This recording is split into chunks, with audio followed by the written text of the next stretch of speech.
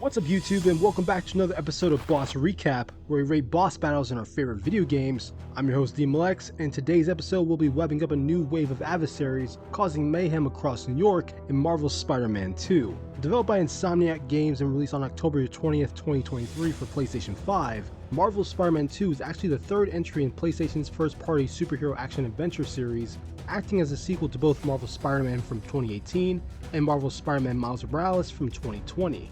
In this installment, Peter Parker and Miles Morales struggle to navigate through life while combating several new threats, including a private militia led by Kraven the Hunter, who seeks to find his equal by hunting down every superpowered individual inhabiting New York, as well as the introduction of the alien symbiote, which bonds itself to Peter, giving him the iconic black suit and unique abilities that favor anyone that's got a kink for long, dark, gooey tendrils. But over the course of the story, the symbiote starts to negatively influence Peter's actions as a hero and a friend, threatening to destroy those closest to him in more ways than one. The gameplay of Spider-Man 2 builds off what was established in the previous games, allowing players to switch between Peter Parker and Miles Morales as Spider-Man at very specific points of the game.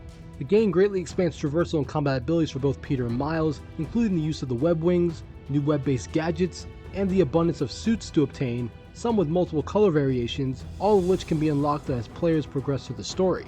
Personally, I don't have a problem going on record saying that Marvel's Spider-Man 2 is the new gold standard when it comes to superhero action-adventure games, down to the game's narrative, gameplay, side content, and visual fidelity, along with a tangled web of surprise reveals that weren't shown in the marketing, making my first playthrough of Spider-Man 2 even more enjoyable. The Arkham franchise had its time in the sun, but now there's a new sheriff in town. And with the developers over at Insomniac continuing to deliver banger after banger within their critically acclaimed virtual role-playing experience of the Marvel Universe, my excitement for their Wolverine game is through the roof, bub. And honestly, if Insomniac became the go-to video game developer for all things Marvel moving forward, at least when it comes to the action-adventure genre, I'd be all for it. So with that being said, let's see what group of villains Team Spider-Man must take down to save New York from total chaos once again. There are a total of 12 bosses in Marvel's Spider-Man 2. 10 bosses are required to beat to progress through the main campaign, while the remaining 2 bosses are optional through side missions. Peter as Spider-Man fights 5 bosses: Lizard, Wraith, Kraven, Scream, and Symbiote Behemoth. Miles as Spider-Man fights 3 bosses: Mr. Negative, Symbiote Peter, and Mysterio. Peter and Miles fight 2 bosses together: Sandman and Venom. And when players take control of Venom, they end up facing off against Kraven, rewarding him his final hunt. And surprisingly, Mary Jane also gets a boss fight, tasked with taking down a Symbiote Behemoth, Resident Evil style.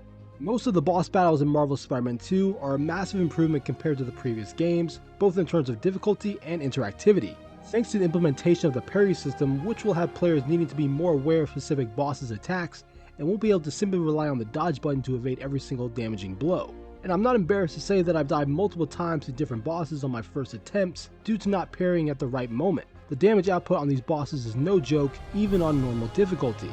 Also, bosses are now given a health bar displayed on the HUD to help showcase one's progression of the fight. There are even phase indicators located beneath the health bar in the form of small circles to let players know how many times they'll need to beat the adversary they are currently going up against. Overall, the boss lineup in Marvel's Spider-Man 2 is arguably the strongest in the series thus far, thanks to the game's revamped combat system, balance of playing as multiple characters, cinematic scale, and strong narrative build-up that leads up to each encounter. So when looking at the boss rating scale, I'm going to be placing Marvel Spider-Man 2's boss rank in the A tier. The Soulsborne award for the hardest boss fight goes to Scream. One of the biggest surprises in Spider-Man 2 was the act of Venom infecting Mary Jane with the symbiote and turning her into Scream, which turned out to be a creative revamp fitting for Insomniac to take on the iconic female symbiote Spawn. The reason I found this encounter to be the most difficult is because of how small the arena spaces were, as I found it hard to keep my distance from Scream, who is quite agile and can exchange fast melee strikes that deliver heavy amounts of damage.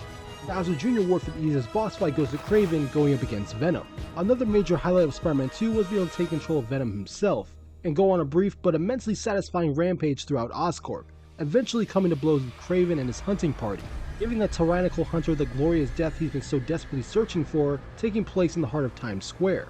Venom is meant to feel like an unstoppable force in the hands of the player, so there wasn't much of a struggle going against a fully armed Kraven, but the boss fight was still a fun experience nonetheless. And honestly, after Kraven's defeat by Headchomp, it just made me hunger for even more Venom solo content developed by Insomniac.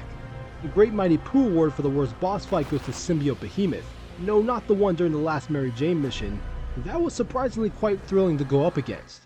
but the one you encounter after Miles and Mr. Negative help Peter unlock his anti-venom form, to be honest, this really didn't feel like a boss fight at all. It just seemed like for whatever reason the developers decided to give what would end up being a recurring enemy type a health bar as a way of saying, this will probably be your first time coming in contact with this guy, so have at it. Seeing that this quote-unquote boss fight wasn't even set up well, there was no real emotional / narrative payoff when beating the tank symbiote or cinematic flair to make the fight worthwhile. Ultimately, it made no sense whatsoever to be a boss fight, and honestly, I wouldn't be opposed to the idea of Insomniac removing the health bar for the symbiote behemoth in a future update. The Golden Pickaxe Award for the most creative boss fight goes to Sandman. One of the best opening missions to a video game I've experienced in quite some time. Insomniac came out swinging with this boss fight, putting the power of the PS5 on full display by having players fight a kaiju-sized Sandman as both Peter and Miles, which presented a great showcase of their new gadgets, abilities, and cooperation as a newly established dynamic wall-crawling duo. From the massive sandstorm covering the city, evading Sandman's gigantic arm strikes, to Miles getting yeeted through a building, which seemed very much inspired by what's been done in the recent God of War games. It makes you wonder how Insomniac will handle a character like Hydro Man.